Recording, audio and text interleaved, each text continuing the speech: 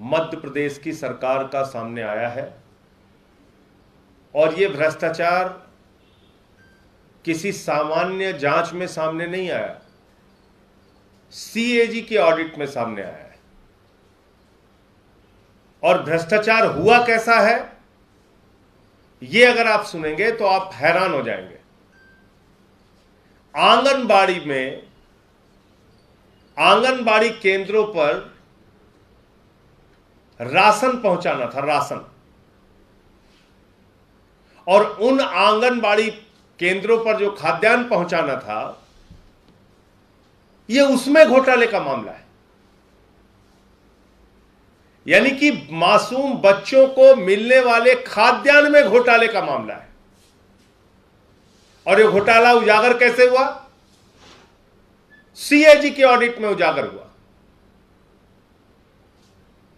और कितने का घोटाला उजागर हुआ? मात्र 2 जिलों में 150 करोड़ रुपए का घोटाला सामने आया है। अगर करीब करीब आप 50 जिले हैं उसको आप देखेंगे तो करीब करीब 7,500 करोड़ रुपए का घोटाला। और घोटाला क्या है? स्कूटर के नंबर से, टैंकर के नंबर से, बाइक के नंबर से, तमाम कार के नंबर से, ऐसे नंबरों से खाद्यान्न की ढुलाई कर दी गई जो जांच में पता चला कि ये तो ट्रक के नंबर है ही नहीं है।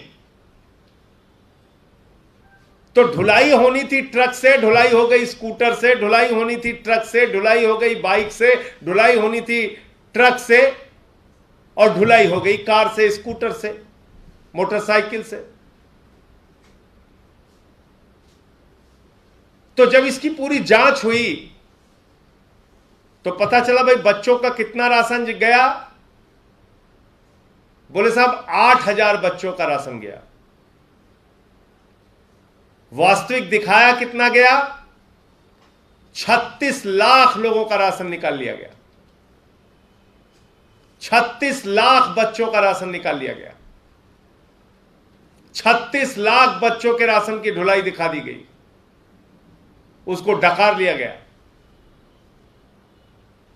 आज आप देखिए, इतने सारे भ्रष्टाचार के मामले भारतीय जनता पार्टी के नेताओं से जुड़े हुए होते हैं, एक भी प्रकरण में ना ईडी की जांच होती है, ना सीबीआई की जांच होती है, ना पुलिस की जांच होती है, ना इनकम टैक्स की जांच होती है, ना ईओडब्ल्यू की जांच होती है। तो इन संस्थाओं को बंद कर दीजिए। और अगर आपको कार्रवाई अपने लोगों पे नहीं करनी है, अगर वो भ्रष्टाचार किसी बीजेपी के मुख्यमंत्री से जुड़ा हुआ है या ऐसे व्यक्ति से जुड़ा हुआ है जो बीजेपी में शामिल हो रहा है और उस पर कोई कार्रवाई नहीं करनी है, तो ये संस्थाएं किस लिए बनी है? ये CBI, ED, income tax department किस लिए है? ये क्या सिर्फ आम आदमी पार्टी के लोगों पर कार्रवाई करने के लिए है? विपक्ष के लोगों पर कार्रवाई करने के लिए है? सरकारों को, विधायकों को खरीद फरोख्त के राजनीति का हिस्सा बनने के लिए है ये संस्थाएं? तो हम ये मांग करते हैं कि मध्य प्रदेश के मुख्यमंत्री शिवराज सिंह के खिलाफ ईडी और सीबीआई की जांच तत्काल शुरू होनी चाहिए और उनको अपने पद से इस्तीफा देना चाहिए, क्योंकि यह कोई सामान्य भ्रष्टाचार का मामला नहीं है, हजारों करोड़ के राशन घोटाले का मामला है।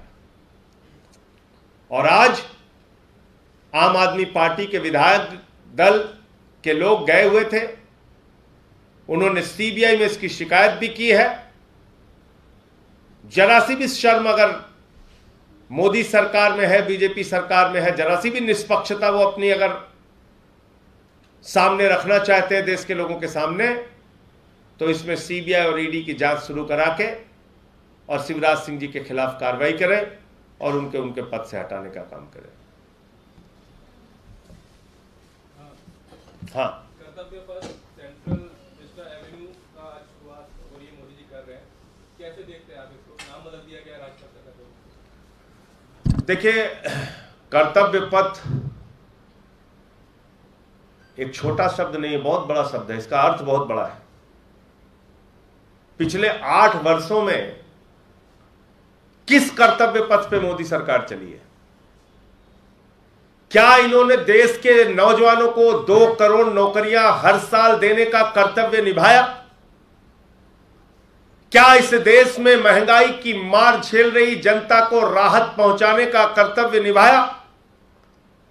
क्या किसानों की आमदनी दोगुना करने और उनके फसल का दाम देने का कर्तव्य निभाया? क्या व्यापारियों की जिंदगी में सुधार लाने का प्रयास किया? क्या छोटे व्यापारियों को राहत देने का काम किया? क्या बुलेट ट्रेन का वादा यह सरकार पूरा कर पाई? मैं पूछना चाहता हूं कि मोदी सरकार ने विदेशों में जमा लाखों करोड़ रुपए का काला धन हिंदुस्तान लाने का जो वादा किया था, क्या अपने उस कर्तव्य को उन्होंने निभाया? तो देश के साथ धोखा पथ पे चल के मोदी जी कर्तव्य पथ का उद्घाटन कर रहे हैं। यह देश की जनता देख रही है। जो सरकार 6.5 लाख करोड़ रुपए की भारत सरकार की संपत्तियों को बेचने का काम करती है, वो अगर कर्तव्य पथ की बात करती है तो एक कर्तव्य पथ का उद्घाटन एक रश्मदायगी हो सकता है, लेकिन 8 वर्षों में अपना कोई भी कर्तव्य मोदी सरकार ने देश की जनता के प्रति निभाने का काम नहीं किया है।